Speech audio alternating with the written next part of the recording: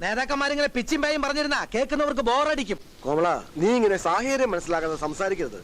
മനക്കൽ വീടിന്റെ പ്രശ്നത്തിൽ പാർട്ടിക്കുള്ള താല്പര്യം എന്താണെന്ന അണികളുടെ ചോദ്യങ്ങൾക്ക് ഉത്തരം കൊടുക്കാൻ ഇനിയും നമുക്ക് കഴിഞ്ഞിട്ടില്ല. ആ തറവാടിന്റെ പ്രശ്നത്തിൽ ഇനിയും നമ്മൾ എടുത്തിയാടി എന്തെങ്കിലുമൊക്കെ ചെയ്യുന്ന അപകടമായിരിക്കും. മതി മതി മതി മതി. സഖാക്കന്മാർ ഇപ്പോഴത്തെ ഉരുണ്ടുകളിന് പിന്നിൽ ആരാണെന്ന് എനിക്ക് നന്നായിട്ട് അറിയാം. MLA ദിവാകരൻ. മനക്കിലെ പ്രശ്നത്തിന്റെ പേരിൽ സഖാവ് ദിവാകരൻ ഇടപെടുമെന്ന് അറിഞ്ഞപ്പോ മൂത്ത സഖാക്കന്മാർക്ക് മുട്ടിടി തുടങ്ങി. കോമള, താൻ എന്തൊക്കെ പറഞ്ഞാലും ശരി, ഇനി ഈ കാര്യത്തിൽ തന്നെ സഹായിക്കാൻ എനിക്കാവില്ല. കൊള്ളാം. സഖാക്കന്മാരുടെ മലക്കം മറച്ചിൽ കൊള്ളാം, കേമായിട്ടുണ്ട്. പക്ഷേ ഇതിനൊക്കെ സമാധാനം പറയേണ്ട ഒരാളുണ്ട് അങ്ങ് ഡൽഹിയിൽ, നമ്മുടെ കൊടയ തമ്പുരാൻ, അന്നദാതാവ്.